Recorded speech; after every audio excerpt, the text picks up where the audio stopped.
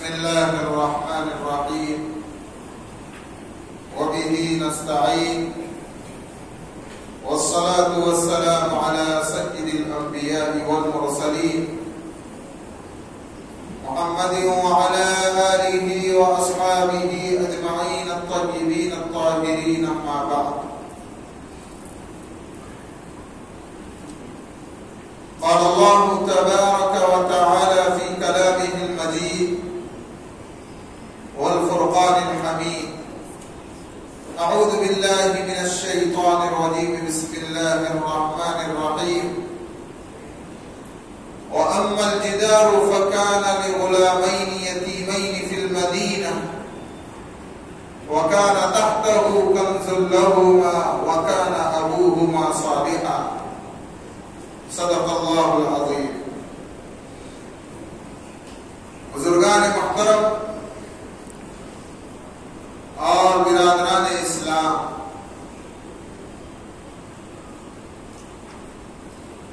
قرآن مجید کے 16ویں پارے کی ابتدا میں اور 15ویں پارے کی انتہا میں اللہ تعالیٰ نے حضرت موسیٰ علیہ السلام اور حضرت خضر علیہ السلام کا تذکرہ کیا.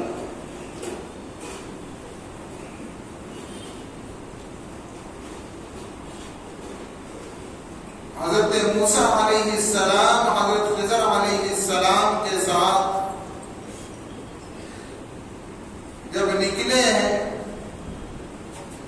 تو اللہ تعالیٰ نے علم تکوینی سے حضرت خضر علیہ السلام کو نوازا تھا.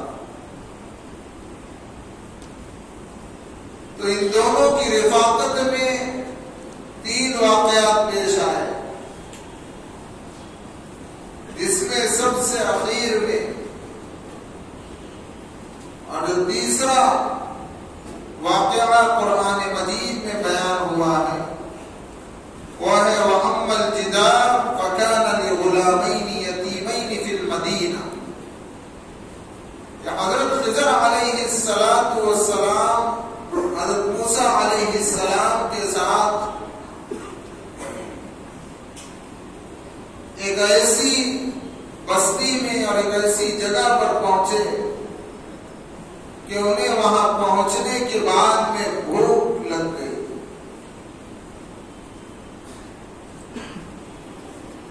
اور اسی بستی میں انہوں نے دیکھا کہ ایک دیوار ہے جو گر رہی ہے، گرنے کے بالکل قریب ہے. حضرت خضر علیہ السلام نے اس دیوار کو صحیح طور پر بنا کر دوبارہ مضبوطی سے کھڑا کر دیا. اور قرآن مجید کہہ رہا ہے وَأَمَّا الْجِدَارُ فَكَانَ لِغُلَامَيْنِ يَتِيمَيْنِ فِي الْمَدِينَةِ. کہ وہ جو دیوار تھی وہ 2 یتیم بچوں کی دیوار تھی جو شہر میں رہ رہے تھے، لیکن ابھی بچپنا تھا. وَكَانَ أَبُوهُمَا صَالِحًا. اور ان کا جو باپ تھا وہ نیک صالح تھا. اب اگر وہ دیوار گر جاتی تو ان 2 یتیم بچوں کا خزانہ جو ان کے باپ نے ان کے لیے اس دیوار کے نیچے دفن کیا تھا وہ کھل جاتا اور لوگ غصب کر لیتے. تو قرآن مجید نے ایک باریک نقطہ یہاں بیان کیا کہ بچے تو ابھی نابالغ ہیں، یتیم ہیں.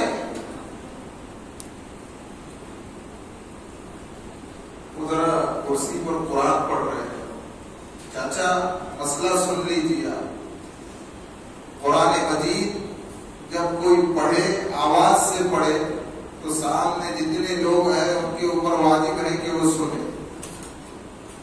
اب وہ قرآن پڑھیں گے اور ادھر بیان ہوگا اور آپ لوگ بھی بیان سن رہے ہیں تو ہم سب گنہگار. دیکھو یہ باریک مسئلہ ہے. آپ لوگ یہ نیت سے بیٹھے ہیں کہ بھائی مفتی صاحب دین کی بات بتلا رہے ہیں، میں نیت سے بول رہا ہوں لوگ عمل کریں گے، میرا بھی کچھ فائدہ ہوگا. لیکن غلطی کیا ہو رہی ہے، ہماری نگاہ بھی ادھر نہیں گئی. تو یا تو قرآن پڑھ رہے ہیں تو پڑھے سب لوگ سنیں، یہ مسئلہ ہے، یا پھر قرآن مجید بند کرے تو بیان چلے. ٹکراؤ نہیں. قرآن مجید کی اہمیت، اس کا ادب اور احترام، کہ جب کوئی دوسری بات چل رہی ہے دین کی، یا تو دین کی بات بند کرے پھر تلاوت کرے، یا تلاوت بند کرے پھر دین کی بات کرے. یعنی اللہ تعالی کے دین کی اور اس کی نازل کردہ کتاب کی اتنی اہمیت ہے. اللہ ہم سبوں کو صحیح عمل کی توفیق عطا فرمائے. اور یہ لا علمی میں ہوتا ہے، آدمی کو مسائل معلوم نہیں ہوتے تو کسی پر ہمارا انگلی اٹھانا بھی مقصد نہیں ہے، کسی پر طنز بھی مقصد نہیں ہے. لیکن آج امت جو ہے دین سے دور ہوتی جا رہی ہے. موٹے موٹے مسائل ہمیں معلوم نہیں، اس بہانے سب کو معلوم ہو، یہ ایک فائدہ ہوا. ورنہ چاچا تو ہمارے والد کی عمر کے، ان کو ٹوکنا مقصد نہیں تھا، لیکن اصل مسئلہ لوگوں کے سامنے. اللہ ہم سبوں کو صحیح سمجھ عطا فرمائے. تو قرآن مجید نے ایک باریک نقطہ بیان کیا کہ وہ دو بچے جو تھے یتیم تھے، عربی بچے تھے، نابالغ تھے وہ، لیکن حضرت خضر کو اللہ کا حکم ہو رہا ہے کہ دیوار کو تعمیر کرو. تو ایک نقطہ وَكَانَ أَبُوهُمَا صَالِحًا کہہ کر بیان کیا کہ ان دونوں بچوں کا جو باپ تھا وہ نیک صالح تھا. حضرت محمد ابن منقدر رحمت اللہ علیہ فرماتے ہیں کہ ایک آدمی کی نیکی، آدمی اگر متقی بن جائے، نیک صالح بن جائے، تو اللہ تعالی اس کی اولاد اور اس کی اولاد کی اولاد، یعنی پوتے، نواسے، پوتیاں، نواسیاں، اور اس کے آس پاس کے مکانات والے پڑوسی اور اس کے پورے محلے کی حفاظت اللہ کرتے ہیں، ایک آدمی کی نیکی کی وجہ سے. اور یہ میری اپنی بات نہیں، حضرت مفتی شفیع صاحب رحمت اللہ علیہ نے معارف القرآن جلد 5 پارہ نمبر 16 رکوع نمبر 1 کی آخری آیت کی تفسیر میں بات لکھی ہے. اور اس سے پہلے جو واقعہ ذکر ہوا کہ حضرت خضر علیہ السلام نے دیکھا چند بچے کھیل رہے ہیں، ایک بچے کو پکڑا، قتل کر دیا. حضرت موسیٰ نے انگلی اٹھائی کہ یہ کیا کر رہے ہیں آپ، وہ تو بچہ معصوم ہے. تو کہا کہ آگے چل کر خطرہ یہ تھا کہ بچہ خود بھی کافر بنتا اور اس کے ذریعے سے بڑے طبقے کو کفر میں مبتلا کرتا، ماں باپ کی پریشانی کا سبب بنتا. وَكَانَ أَبَوَاهُ مُؤْمِنَيْنِ، اللہ فرما رہے اس کے ماں باپ مومن تھے، متقی تھے. تو اللہ نے اس فتنے کو ہٹا دیا، حضرت خضر کو حکم ہوا اسے ختم کر دو. اور اس بچے کے بدلے میں اللہ نے ایک بیٹی دی.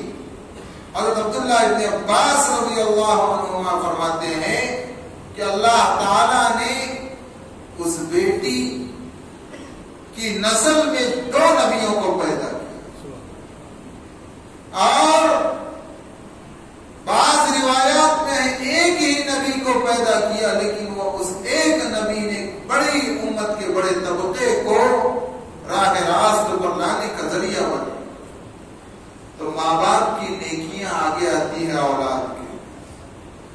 ہم اگر متقی رہیں گے، ہم خود حلال کمائیں گے، حلال کھائیں گے، بچوں کو حلال کھلائیں گے، اس کا اثر نسلوں میں آتا ہے. آپ کیا سمجھ رہے ہیں کہ بھائی مفتی صاحب نے 7-8 سال مدرسے میں پڑھے، آ کر بیٹھ گئے؟ نہیں، اس کے پیچھے ہمارے آبا و اجداد کی قربانیاں کہ جنہوں نے زندگیاں لگائی، وہ خود بھی باہر نہیں دیکھ سکے، لیکن اللہ نسلوں کو آگے بڑھاتا ہے. تو یہ سمجھ لو اگر ہم سے کوئی دین کا کام ہو رہا ہے یہ ہمارا اپنا کمال نہیں، ہمارے باپ داداؤں کی کوئی نیکیاں ہیں جو ہمارے آڑے آ گئے۔ اب یہ دیکھیے کہ روایات میں آتا ہے کہ اس دیوار کے نیچے جو خزانہ تھا، تو حضرت عبداللہ ابن عباس رضی اللہ عنہما سے روایت ہے، فرماتے ہیں اللہ کے نبی علیہ السلام نے فرمایا کہ اس کے اندر سونے اور چاندی کے زیورات رکھے ہوئے، اور ایک روایت میں ہے کہ اس کے اندر سونے کی تختی تھی جس کے اوپر چند نصیحتیں لکھی ہوئی تھی۔ حضرت موسیٰ علیہ السلام کے دور کا واقعہ، سب سے پہلی بات لکھی ہوئی تھی بسم اللہ الرحمن الرحیم۔ گویا یہ اللہ کی وحدانیت، اللہ کی ربوبیت کی طرف اشارہ کرتی۔ اس تختی میں دوسری بات لکھی ہوئی تھی تعجب ہے اس شخص پر۔ آپ یہ غور کیجیے کہ قرآن جس کو نیک اور صالح کہہ دے تو اس کے نیک صالح ہونے میں کوئی شک کی گنجائش ہی نہیں رہی۔ اب جب باپ نے اپنے بچوں کے لیے وہ تختی رکھا تھا سونے کی، تو ظاہر بات ہے اس پر نصیحتیں بھی باپ ہی نے لکھائی ہو۔ تو کیا دوسری نصیحت تھی؟ مجھے تعجب ہے اس شخص پر کہ جو تقدیر پر ایمان رکھتا ہے۔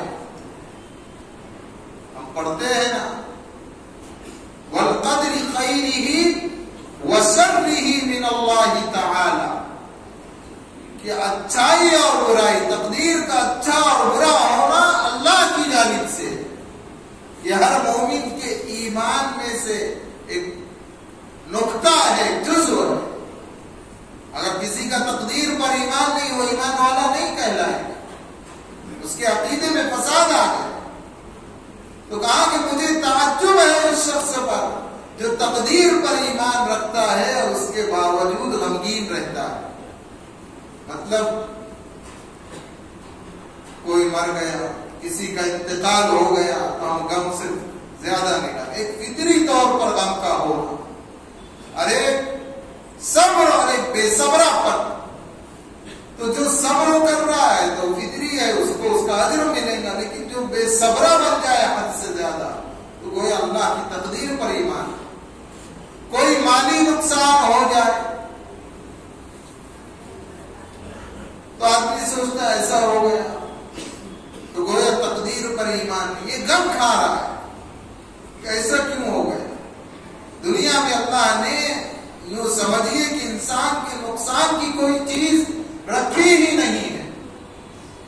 ہر چیز جو انسان کو نقصان نظر آ رہی ہے، ایمانیات سے جس کا تعلق ہے، وہ در حقیقت انسان کے مفاد ہی میں ہے، لیکن انسان اس کو اپنی ظاہری نگاہ سے نقصان سمجھتا ہے۔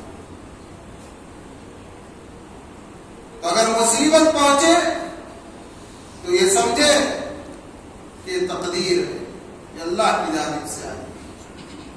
اب یہ غور کرنا ہے کہ حدیث میں ہے کہ مصیبت دو وجہ سے آتی ہے۔ ایک، بندے کو جب اللہ سے تعلق پیدا ہوتا ہے تو اللہ محبت کی بنیاد پر مصیبت بھیجتا ہے، لیکن وہ در حقیقت مصیبت نہیں بلکہ امتحان ہوتا ہے، اور اس حالت میں اس بندے کے دل کو سکون اور اطمینان نصیب رہتا ہے، وہ ثابت قدم رہتا ہے۔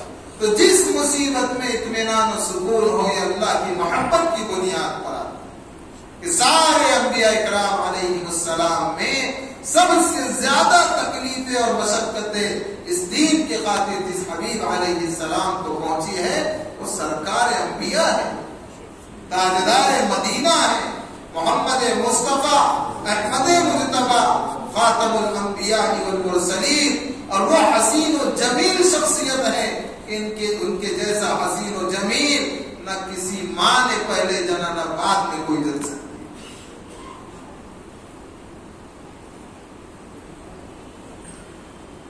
حضرت حکیم ابن حزام رحمت اللہ علیہ فرماتے ہیں کہ ایک مرتبہ میں حرم میں داخل ہوا تو دیکھا اللہ کے نبی علیہ السلام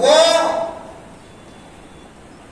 مشقت کو اٹھاتا ہے اور قسم قسم کی کوششیں کرتا ہے. انسان مال و دولت جمع کرے ضرورت کے اعتبار سے، جو اس کی اور اس کے اولاد کے لیے کافی ہو جائے،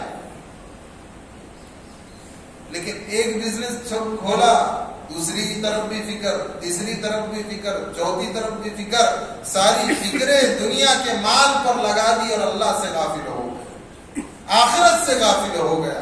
تو اس تختی میں پہلے نمبر پر بسم اللہ، دوسرے نمبر پر تعجب ہے اس شخص پر کہ جو تقدیر پر ایمان رکھتا ہے اس کے باوجود غمگین ہوتا ہے، اور تیسرے نمبر پر مجھے تعجب ہے اس شخص پر کہ جو اس بات کا یقین اور ایمان رکھتا ہے کہ رزق کا دینے والا اللہ ہے، لیکن اس کے باوجود الگ الگ قسموں کی مشقتیں اٹھاتا ہے، ادھر سے آ جائے ادھر سے آ جائے. جو مقدر میں ہے وہی آنے والا.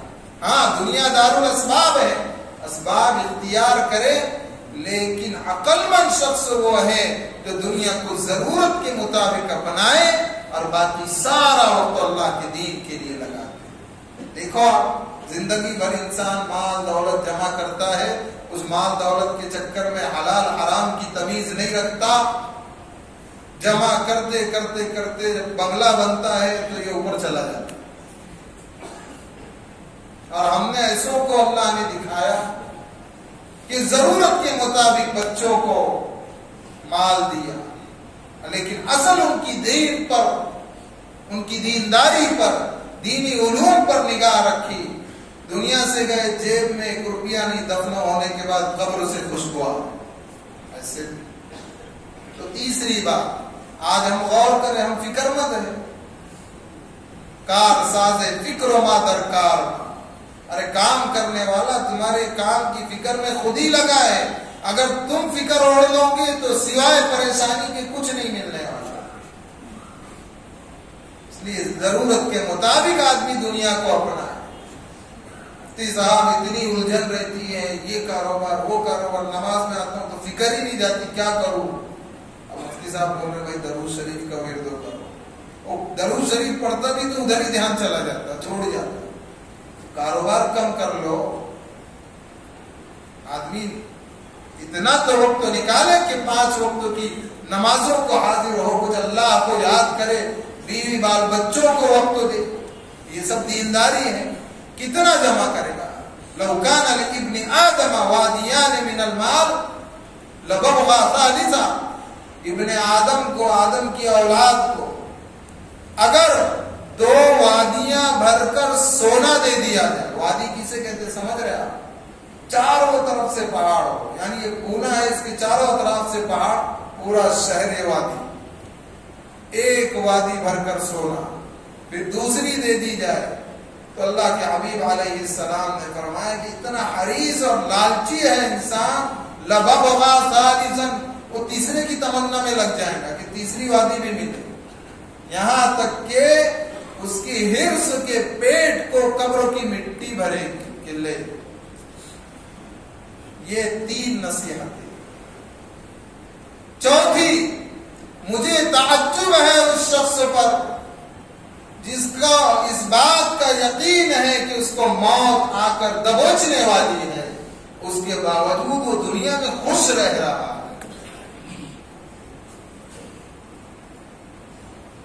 اس کی تشریح کی ضرورت تو نہیں ہے، سمجھ گیا کیا کچھ بولوں اس پر؟ دیکھیے ہم یہ جو ریل پیل چل رہی ہے، رسمی طور پر آئے، نماز پڑھی، اللہ ہم سبوں کے اعمال کو قبول کرے اور آنے کی توفیق دے، ہم دین کو رسمی بنانے سے بچیں، جس طرح جمعہ بھی مسجد فل، فجر میں بھی فل ہو. بس یہ 2-3 نصیحتیں ہیں، بات مکمل ہو جائے گی، ٹائم ہو چکا ہے. تو یہ ہے کہ ریل پیل میں لگ کر ہم نے دنیا ہی کو سب کچھ سمجھ لیا.